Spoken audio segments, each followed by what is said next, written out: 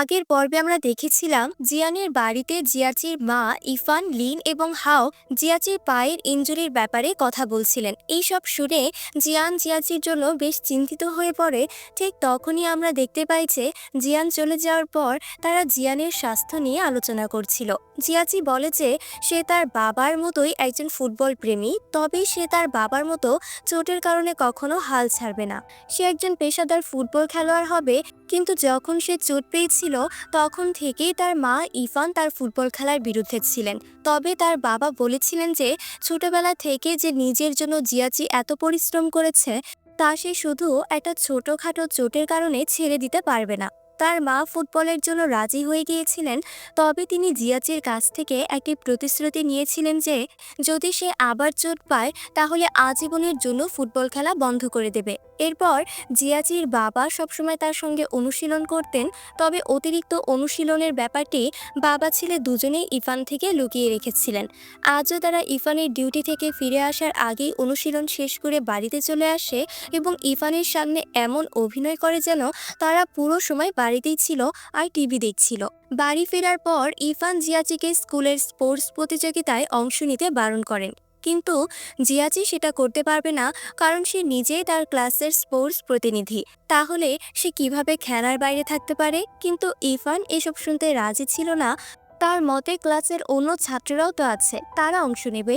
জিয়াচির চোটে থাকা অবস্থায় খেলাধুলার কোনো দরকার নেই, বরং তার পড়াশোনাও কিছুটা মনোযোগ দেওয়া উচিত। শুধু খেলাধুলার প্রতিভা থাকলেই চলবে না, পড়াশোনা ছাড়া সে এগোতে পারবে না। এইসব নিয়ে মা ছেলের মধ্যে বড় একটা তর্ক বেঁধে যায়, কিন্তু তাদের এই কথোপকথন জিয়ান শুনে ফেলে। জিয়াচি চোটের পরেও একা ক্লাসের হয়ে খেলছে, ক্লাসকে জেতানোর জন্য কতটা পরিশ্রম করছে, এসব দেখে জিয়ানের খুবই খারাপ লাগে। তাই সে সময় মতো নিজের রুম থেকে বেরিয়ে আসে এবং তাকে সাহায্য করার সিদ্ধান্ত নেয়। জিয়াচি তাকে ডাক দেয় এবং তাকে প্রতিশ্রুতি দেয় যে 1500 মিটার দৌড়ে অংশগ্রহণ করবে, যা শুনে সে খুবই খুশি হয়। পরের দিন সে নিজেই রুটি তৈরি করে এবং জিয়ানকে খাওয়ার জন্য দেয়। এখন থেকে প্রতিদিন স্কুলের পর জিয়ানের প্রশিক্ষণ চলবে, তবে জিয়ান জিয়াচির কাছ থেকে প্রতিশ্রুতি নেয় যে সে তার মায়ের কাছে স্পোর্টসে অংশগ্রহণ করার কথা বলবে না। জিয়াচি প্রতিশ্রুতি দেয়, কিন্তু সে বুঝতে পারছিল না যে জিয়ানের মা কেন তাকে অংশগ্রহণ করতে দিতে চান না, আর জিয়ানও কিছু স্পষ্টভাবে বলে না।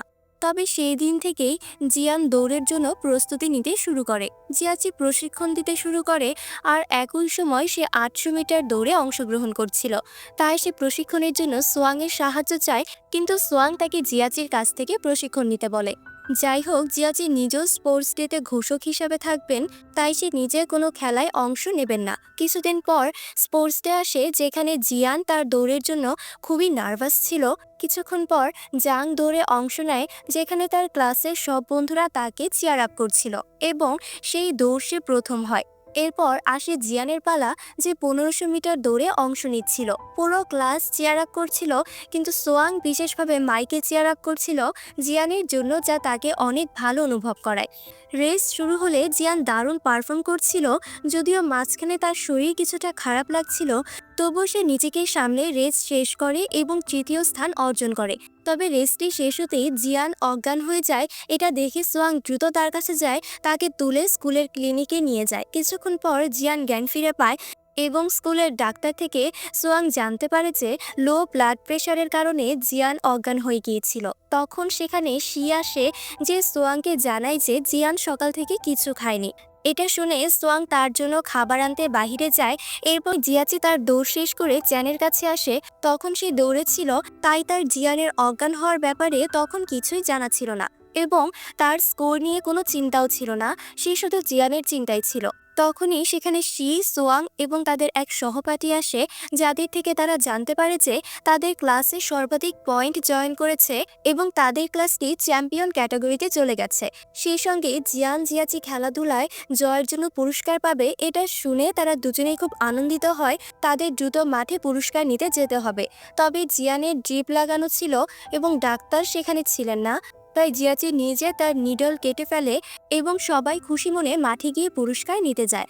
বাকি ক্লাসের ছাত্ররা হেরে গিয়ে তাদের ক্লাসের অবমাননা করছিল এবং সবচেয়ে বেশি জিয়াচি এবং জিয়ানের ব্যাপারে খারাপ মন্তব্য করছিল, কারণ তাদের ক্লাসের সবাই মিলে জিয়াচি এবং জিয়ানকে ডিফেন্ড করে এবং বাকি ক্লাসগুলোকে চুপ থাকতে বলে। এই বিষয়ে চুপ থাকা শি এবং সবসময় পড়াশোনা করতে থাকা লিডিয়া পিছিয়ে ছিল না।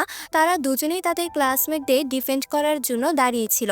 তারপর জিয়াচি, জিয়ান এবং সোয়াং হাসপাতালে যায়, যেখানে তাদের প্যারেন্টস কাজ করতেন।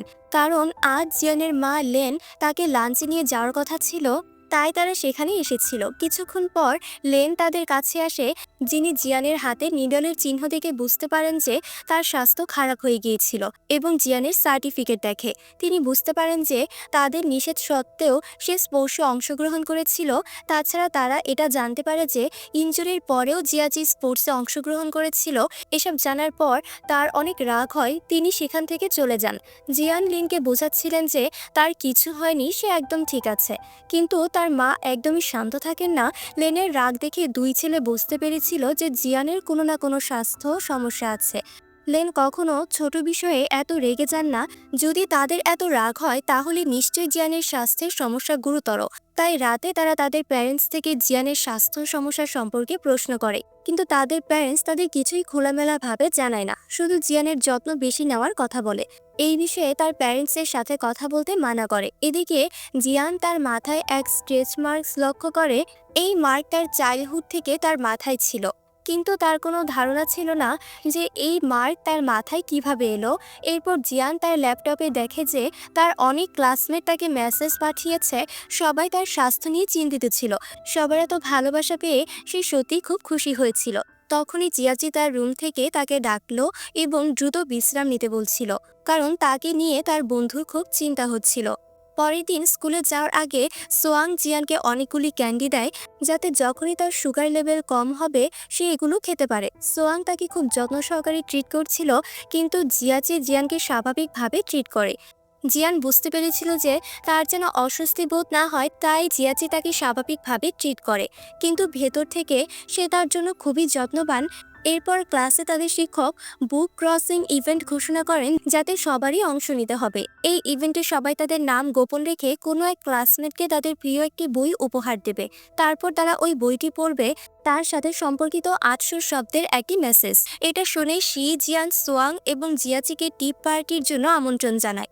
যদিও সে সোয়াংকে ট্রিট করছিল, তারপর তারা সবাই পার্টি করতে বাইরে যায়, যেখানে শি সোয়াংয়ের প্রিয় বই সম্পর্কে প্রশ্ন করে, কারণ সে তাকে সেই বইটি দিতে চেয়েছিল। কিন্তু সোয়াংয়ের কোনো প্রিয় বই ছিল না। তার যতগুলো বই ছিল তা সবাই পড়ে ফেলত। কিছুক্ষণ কথা বলার পর শি জিয়ানকে তার বাড়িতে নিয়ে যায়, যাতে সে সেখান থেকে কোনো একটি বই সিলেক্ট করতে পারে। শির বাড়ি ছিল খুবই বড়, যা দেখে জিয়ান খুবই চমকিত হয়ে যায়। এমনকি শির কাছে একটি বড় পিয়ানো ছিল, কিন্তু শির মতে তার পিয়ানো পছন্দ নয়, তার মা পছন্দ করেন, তাই তাকে পিয়ানো শিখতে হচ্ছে। তার অন্য একটি যন্ত্র পছন্দ, যার নাম ইউ। এটি খোলা এবং এটি গিটারের মতো দেখতে, কিন্তু তার মায়ের মতে এটি ধনীদের মান অনুযায়ী নয়, পিয়ানো ধনীদের মধ্যে মানানসই, তাই বাধ্য হয়ে তাকে এটি শিখতে হচ্ছে। কিন্তু একদিন সে এই যন্ত্র বাজিয়ে পৃথিবী ঘুরতে চায়। তখন সেখানে তার হাউসমেট ফল নিয়ে আসে এবং ভুলবশত জিয়ান তাকে শিয়ের মা মনে করেন। তখন সে তাকে জানায় যে তার মা এত ভালো আচরণ করবে না, তাদের সাথে মিললে তার ভালো লাগবে না। এবং পরবর্তীতে শি জিয়ান তার বইয়ের সংগ্রহ দেখাচ্ছে। তার কাছে অনেক বই রয়েছে, যেগুলি থেকে সে জিয়ানকে নিজের জন্য কোনো একটি বই নির্বাচন করতে বলে। পাশাপাশি সে জিয়ান থেকে সোয়াংয়ের প্রিয় বই সম্পর্কে জানতে চায়। জিয়ানের সেই বিষয়ে কোনো ধারণা ছিল না, তবে সে প্রতিশ্রুতি দেয় যে সে সোয়াংয়ের প্রিয় বই সম্পর্কে জানার চেষ্টা করবে। এদিকে এতগুলি বই দেখে জিয়ান কনফিউজড হয়েছিল যে সে বুঝতেই পারছিল না যে কোন বন্ধুকে কোন বই উপহার দিবে। তারপর সে তাকে বলে যে তার এমন একটি বই নির্বাচন করা উচিত যা তার জীবন এবং ব্যক্তিত্ব আরও ভালোভাবে প্রতিফলিত করে। এই কারণে বাড়ি যাওয়ার পর জিয়ান তার মা থেকে একটি ভালো বই চেয়ে নেয়। তাদের কাছে অনেক বই ছিল, কিন্তু সেগুলো সবই মেডিকেলের বই ছিল, যা একদমই তার ব্যক্তিত্বের সঙ্গে মেলে না। তাই জিয়ান বুঝতে পারছিল না যে সে বই ক্রসিং ইভেন্টে এখন কি করবে। পরের দিন আমরা জিয়াচি এবং সোয়াংকে দেখতে পাচ্ছি, যারা স্কুলে যাওয়ার জন্য জিয়ানের অপেক্ষা করছিল। তখন জিয়ান তার বাড়ি থেকে বের হয় এবং তাদের নিউরোসাইকোলজি নামক একটি বই দেখায়, এই বইটি জিয়ানকে তার মা দিয়েছিল বই ক্রসিং ইভেন্টের জন্য, এবং কোথাও না কোথাও জিয়ান এই বইটির সঙ্গে নিজেকে সম্পর্কিত অনুভব করতে পারছিল, তাই সেই বইটি অন্য কাউকে দিতে চায়। আসলে এই বইটি হিউম্যান মাইন্ডের উপর লেখা একটি বই, যা বলে দেয় যে কোন ব্যক্তি ভবিষ্যতে কেমন ব্যক্তিত্ব তৈরি করবে। জিয়ান এবং সোয়াংয়ের এই বইটি কনসেপ্ট বুঝতে পেরেছিল, কিন্তু জিয়াচি এই বই নিয়ে পুরোপুরি বিভ্রান্ত ছিল। এরপর তারা স্কুলে চলে আসে। সেখানে কিছু ছাত্র তাদের প্রিয় বই তাদের প্রিয় ক্রাশদের উপহার দিচ্ছিল। সকল ছাত্র খুব খুশি ছিল, কেবল ইয়ান ছাড়া। তার এসব বই অপ্রয়োজনীয় মনে হচ্ছিল। অন্যদিকে ক্লাসের মেয়েরা তাদের বইয়ে পারফিউম স্প্রে করছিল, যাতে কে কাকে বই দিল তা ঘ্রাণের মাধ্যমে চিনতে পারে। তাদের এই কর্মকাণ্ড দেখে শি তার বইয়ে পারফিউম স্প্রে করে সোয়াংকে দেওয়ার জন্য। অন্যদিকে জিয়াচে, জিয়ান এবং শি রঙিন কাগজ দিয়ে তাদের নিজেদের বই সাজাতে শুরু করে। তারপর তারা সবাই লাইব্রেরিতে বই রাখার জন্য যায়। যেখানে জিয়াচি শিকে পছন্দ করত, তাই সে তার বই তুলে নেয়, এবং ক্লাস মনিটর সিন জিয়াচিকে পছন্দ করত, তাই সে জিয়াচির বই তুলে নেয়। তেমনি শি সোয়াংকে পছন্দ করত, তাই সে সোয়াংয়ের বই খুঁজছিল। জিয়ান জানতো না যে সোয়াং দ্য ক্যাচার ইন দ্য রে বইটি সেখানে রেখেছে, কিন্তু সে বইটি সেখানে পায় না।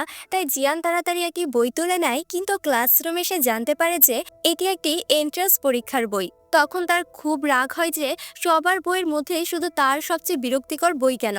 তবুও সে ওই বইয়ের মালিকের জন্য একটি মেসেজ লেখার কথা ভাবতে থাকে। তখন লিটিয়াং তাকে ঠাট্টা করে বলছিল যে সে পড়াশোনায় দুর্বল, তাই তার জন্য সবচেয়ে উপযুক্ত বই এসেছে। ঠিক সেই সময় সে লক্ষ্য করে যে সিনজি সোয়াংয়ের বই পেয়েছে, এবং এই বইটি পড়ে সে খুব বেশি হাসছিল। এটি দেখে তার খুব রাগ হয়, এবং তার মনে হচ্ছিল যেন কোনো প্রিয় ড্রেস শপে ঝুলানো আছে, কিন্তু তার কেনার আগে অন্য কেউ সেটি কিনে নিয়েছিল। সিনজি আসলেই সোয়াংকে পছন্দ করত, ক্লাসে তাকে চুপচাপ দেখত, তবে শির মনে হচ্ছিল যে সোয়াং তাকে পছন্দ করে। এখন বইটা ক্যাচার ইন দ্য রাই লাইব্রেরিতে কেন রাখা হয়েছিল সেটা আমরা পরবর্তীতে জানতে পারবো। আবার শি সোয়াংকে সবসময় দেখতো, তাকে পছন্দ করত, আর জিয়াচি মনে করছিল যে শি তাকে চুপচাপ দেখছে, যার মানে শি তাকে পছন্দ করে। কিন্তু শি তো দেখতো সোয়াংকে।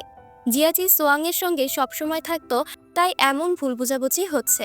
এখন 3 দিন ধরে যারা বই নিয়ে এসেছিল তাদের সেই বইগুলো পড়তে হবে, এবং মালিকের জন্য মেসেজ লিখে বইটি ফেরত দিতে হবে। কিন্তু এখানে জিয়াচি শির বই ডিকশনারির মতো, তাই বুঝতে পারছিল না। তেমনি সোয়াং তো কারো বই নেয়নি, সে শুধু তার নিজের বই পড়ছিল। তখন জিয়াচি তাকে শির বইয়ের একটি মেসেজ রেখে লাইব্রেরিতে রেখে আসতে বলল। পরের দিন প্রত্যেক মালিকদের লাইব্রেরি থেকে তাদের বই ফিরিয়ে নিতে হবে, কিন্তু এখানে জিয়ান তার নিউরোসাইকোলজি বইটি কোথাও পেল না। আর সে যখন সোয়াংয়ের বইটি দেখলো, তাতে সিনজির মেসেজ দেখে সে খুব রেগে গেল। তার মনে হচ্ছিল যেন সিনজি সোয়াংকে তার কাছ থেকে ছিনিয়ে নিচ্ছে। ঠিক তখনই জিয়ান শি থেকে তার বইটি নিয়ে নেয়, এবং সেখানে লেখা মেসেজটি পড়ে ফেলে। এখন বইটি জিয়াচি নিয়ে গিয়েছিল, এবং মেসেজ কি লেখা ছিল সেটাও জিয়াচি সোয়াংকে জানিয়েছিল। তবে যা লেখা ছিল তা সোয়াংয়ের হাতের লেখা ছিল, যা জিয়ান চিনে ফেলেছিল। এর কারণেই সে মনে করেছিল যে তার বই সোয়াং নিয়ে গিয়েছিল, এবং মেসেজও তার জন্য লিখেছিল, যা তার অনেক ভালো লেগেছিল। এমনকি সে জিয়ানকে বলে যে তার টিউশন শিক্ষক তাকে ভালোভাবে পড়ায় না, তাই তাকে সোয়াংয়ের বাড়িতে আবার টিউশন পড়তে যেতে হবে। জিয়ানও এই বিষয়টি নিয়ে খুব বেশি খুশি ছিল, কিন্তু শির হাসি দেখে জিয়ানের একটু একটু বুঝতে পেরেছিল যে সোয়াংকে সে পছন্দ করে। এই সময় একটি মেয়ে চুপচাপ শিকে দেখছিল, এবং তার মনে হচ্ছিল যে শি তার মেসেজ পড়ে হাসছে। মোটামুটি সবাই একে অপরের অনুভূতি নিয়ে পুরোপুরি বিভ্রান্ত ছিল। এখন স্কুলের পর সোয়াংয়ের বাড়িতে টিউশনে জিয়াচির শির দেয়া দ্য ফাউন্টেন হেড বইটি নিজের জন্য কিনে এনেছিল, কারণ সে সেই বইটি এত কম সময় শেষ করতে পারেনি, এবং শির প্রিয় বই পুরোপুরি পড়তে চেয়েছিল। তবে জিয়াচি সেই বই সম্পর্কে কাউকে কিছু বলেনি। সঙ্গে সে শির জন্য চিকেন উইংসও নিয়ে এসেছিল, কিন্তু জিয়ান তো খেয়ে ফেলেছিল। ঠিক সেই সময় জিয়াচি জানতে পারে যে তাদের পরীক্ষার ফলাফল নিয়ে আগামীকাল কিছু গুরুত্বপূর্ণ ঘটনা ঘটবে, যেখানে সব প্যারেন্টসদের স্কুলে ডাকা হবে। এই সব কিছুর মধ্যে জিয়াচি সবচেয়ে খারাপভাবে আটকে যাচ্ছিল, কারণ সে সবসময় লাস্ট হতো। এইবার জিয়ান এবং শিও অনেক ভালো মার্কস পেয়েছিল। এরপর স্কুলে জিয়াচির কি হবে তা আমরা পরের পর্বে জানবো। তো আজকের গল্প এখানেই শেষ করছি, দেখা হবে পরের পর্বে।